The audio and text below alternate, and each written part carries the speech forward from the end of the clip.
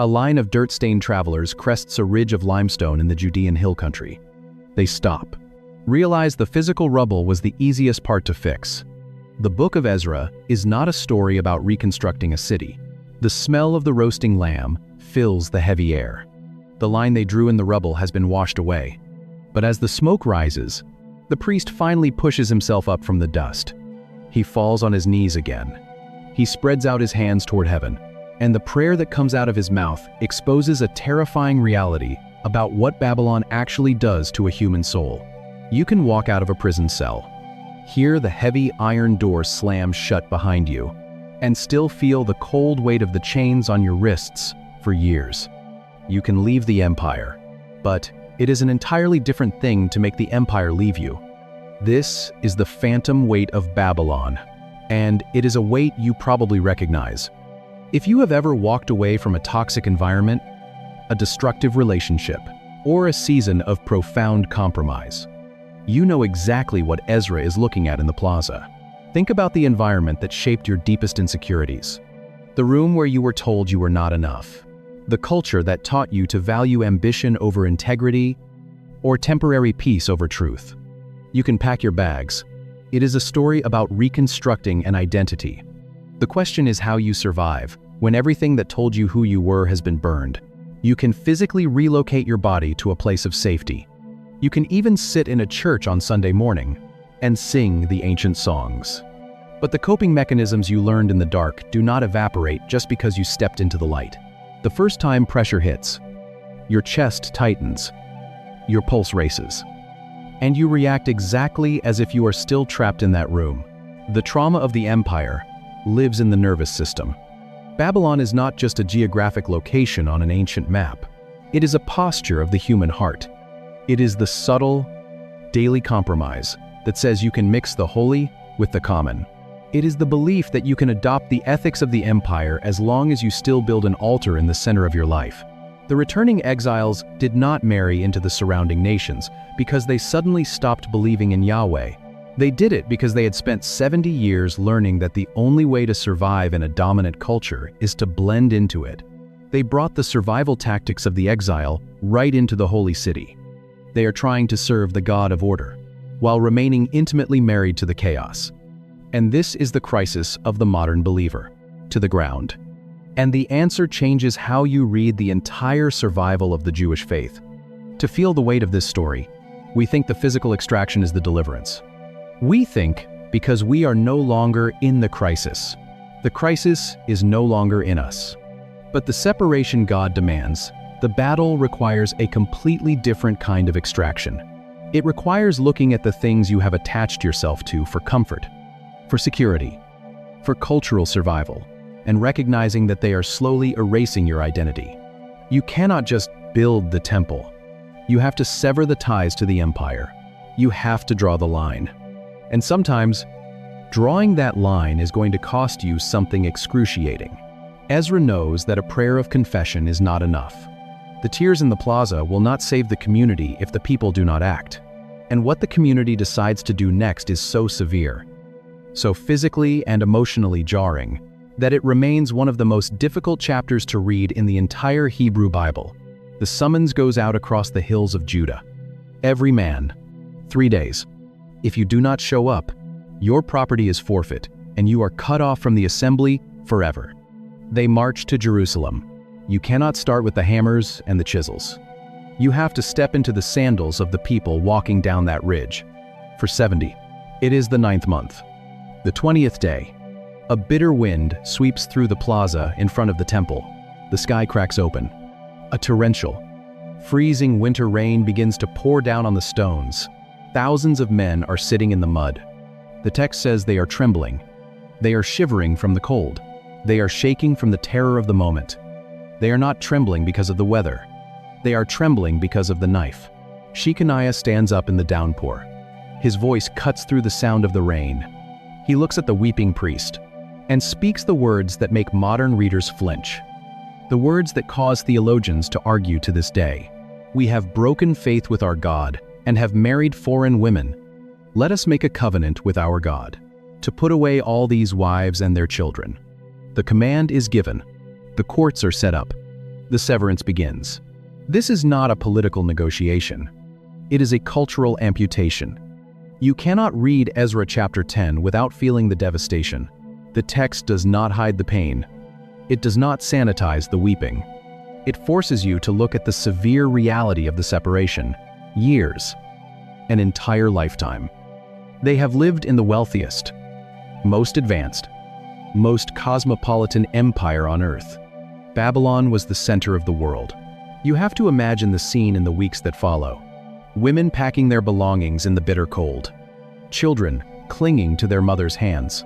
Men standing in the doorways of their rebuilt houses, watching their families walk away into the hills.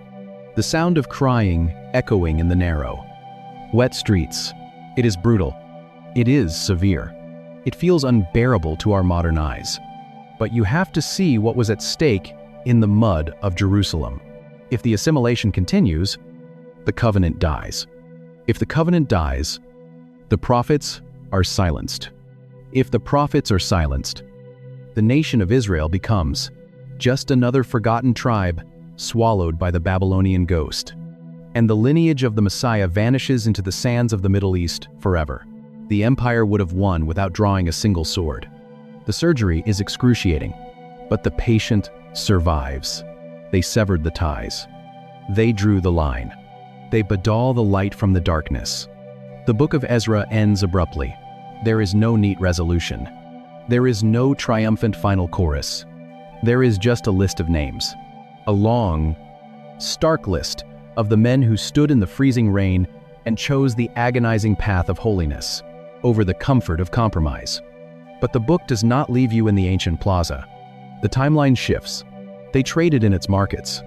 They walked under the massive blue glazed bricks of the Ishtar Gate. They spoke the language of their captors. And the rain stops. And the question turns its eyes directly onto the compromises hiding in your own house. If you are in a season where your spiritual life feels hollow, where you are going through the motions of the temple, but feeling the anxiety of Babylon in your chest, you have to look closely at what you are refusing to separate from. You cannot build a holy life on a foundation of compromise. Most of us do not marry foreign aristocrats to survive an ancient exile. We marry our coping mechanisms. We attach ourselves to the need for approval, our endless ambition, our political tribalism, or our private addictions. We invite the chaos right into our living rooms. We let it sit at our tables. We carry it in our pockets, letting a glowing screen dictate the first and last thoughts of our day. And we wonder why our minds feel like a shattered city.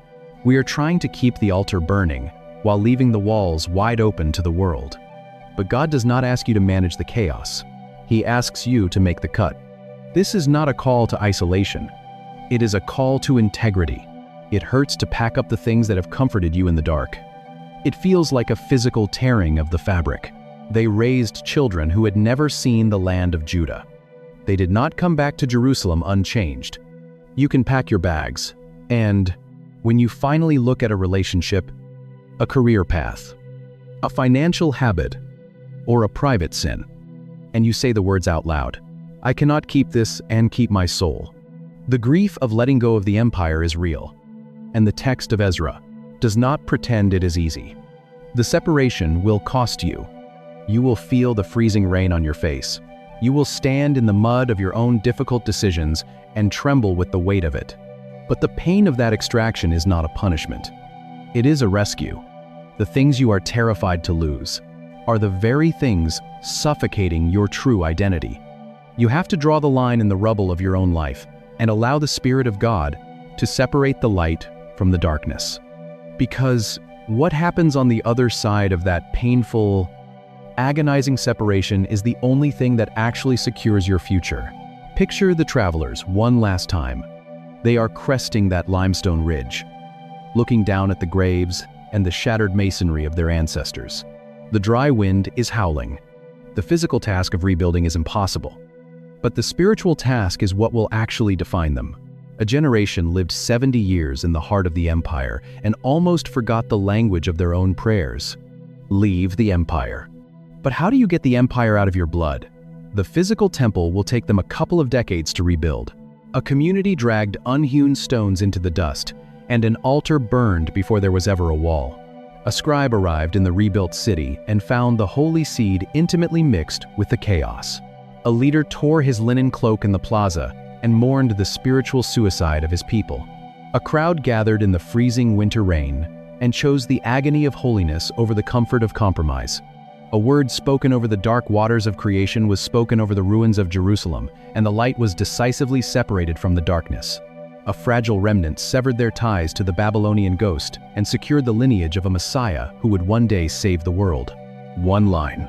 One holy seed. But maybe the part that stays with me most is that altar in the 3rd chapter. They did not wait for the perimeter to be secure. They did not wait for the houses to be built, or for the warlords to stop watching them from the hills. They just cleared the black ash. They dragged the heavy stones into the center of the wreckage. And they struck a match. The identity of the people who worship inside it will take a grueling, heartbreaking effort to forge. And it will require a kind of cultural. If you are in a season where everything around you feels like a ruined city, you do not have to fix it all today. You do not have to have your defenses perfectly established. You just have to clear one small patch of dirt. You just have to separate the holy from the common in the very center of your life, and let the fire burn. And may the God, who speaks order into the primordial chaos, speak light into yours and give you the courage to draw the line that brings you all the way home. Surgery so severe, so shocking to our modern sensibilities, that most people skip the final chapters of this book completely. But before you can understand, the wind carries the smell of wild scrub and dry earth. They are looking down into a valley that holds a graveyard of gray stones, the drastic measures they took at the end of the journey. You have to understand the ghosts they carried with them on the way there. The crisis did not start when they touched the ruined stones of Jerusalem. It started in the 70 years of silence that came before it. 70 years is not a brief intermission. It is a cultural vanishing act. To understand the psychological fragility of the people in the book of Ezra, you have to do the math of the exile. 70 years means the people who walk back to Jerusalem are not the people who left it. The original captives, the ones who saw Solomon's temple burn, the ones who felt the ash in their hair, and heard the screaming in the streets of Jerusalem, are almost all dead. The generation returning is the ghost generation. They were born in Mesopotamia. They grew up under the shadow of towering ziggurats, walking through bustling markets that smelled of cardamom and river mud. They learned to write on wet clay tablets. And most importantly, they learned to speak Aramaic. Hebrew, the language of their ancestors, the language of the Torah, was fading into a liturgical relic. This is the invisible crisis of the exile. Babylon was not a medieval dungeon. It was a golden assimilation machine. The empire did not try to destroy the Jewish people by execution. They tried to destroy them by absorption. This is not a triumphant homecoming. The city they have spent 70 years weeping over by the rivers of Babylon is nothing but a sprawling. They gave them land. They gave them commerce. They gave them new names. Even the man leading the first wave of returning exiles, the man chosen to rebuild the Jewish temple, carries a glaring mark of this erasure. His name is Zerubbabel. It is not a Hebrew name. It is Akkadian. It literally means seed of Babylon. The leader of the Jewish restoration is walking toward Jerusalem, carrying the empire in his name. This is what the returning leaders are terrified of. They look at the 50, 0, 0, 0, people making the trek across the desert, and they do not see a triumphant, unified army of faith. They see a fragile, fractured community that is one generation away from forgetting they are Jewish at all. The Babylonian captivity was not just a geographic displacement. It was an identity hemorrhage. If they just rebuild the city walls, but keep living like Babylonians, the exile never actually ended. They would just be building a Persian suburb in the Judean hills. To survive, to actually remain the covenant people of God, they have to draw a hard, sharp line in the rubble.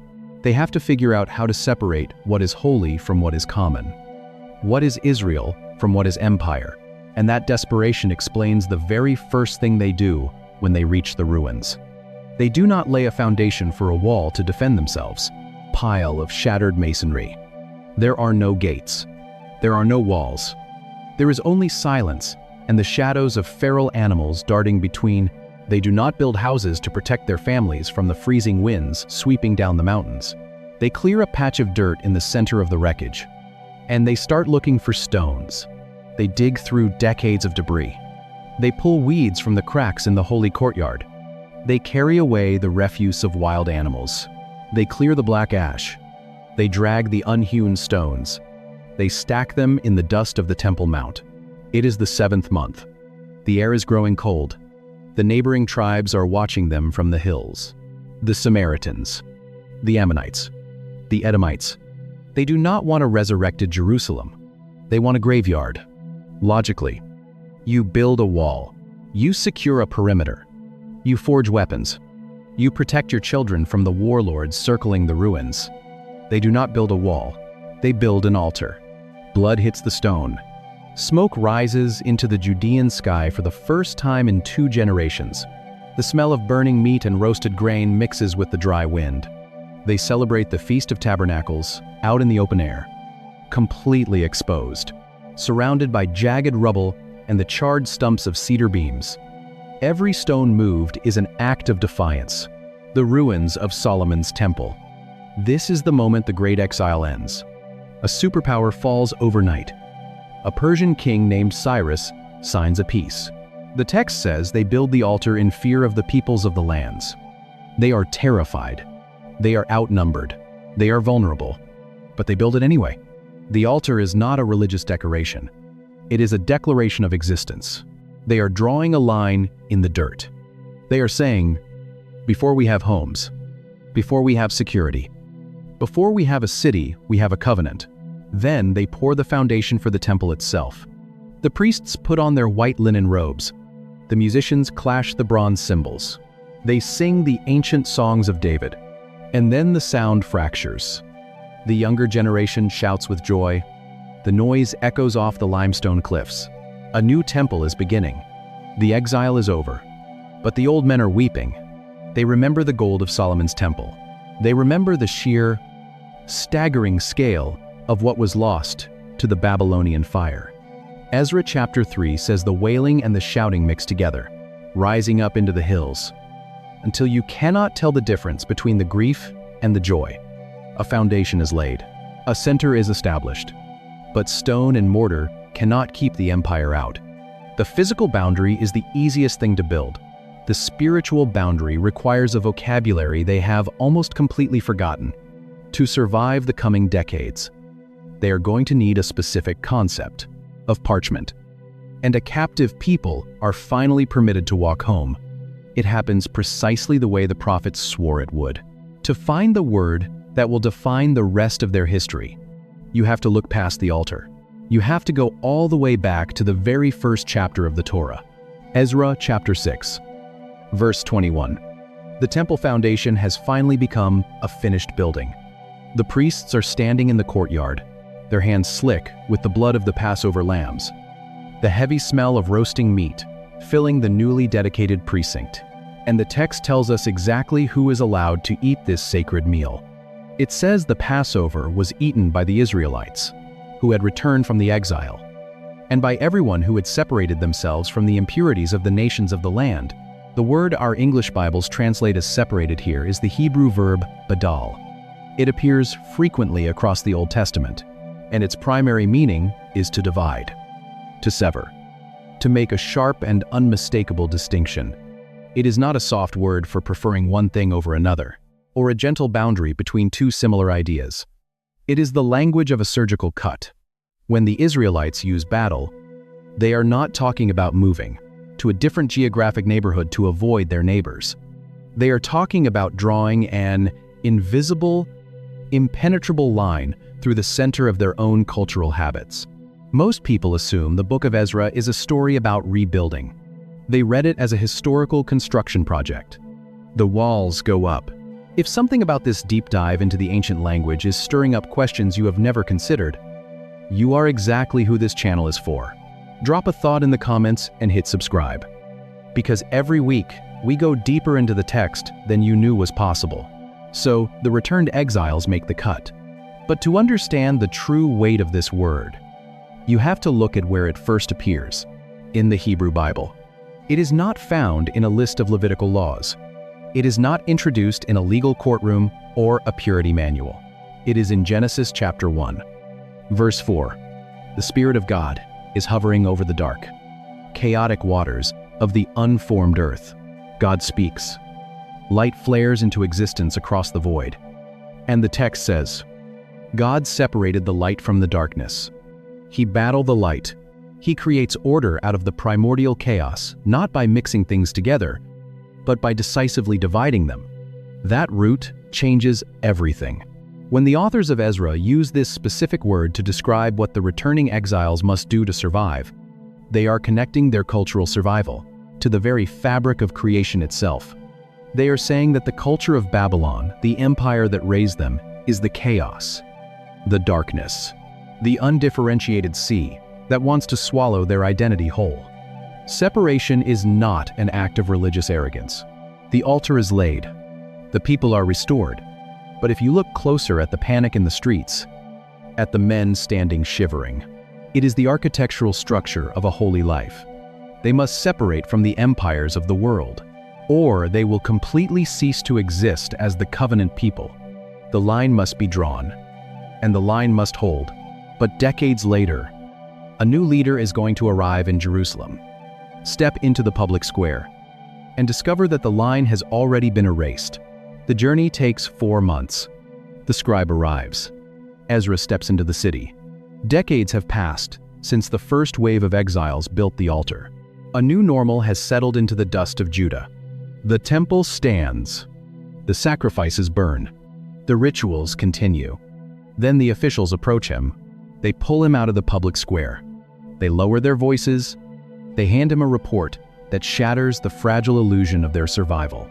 The priests, the Levites, the princes, the civil leaders, the very people who are supposed to be guarding the holy boundary have erased it.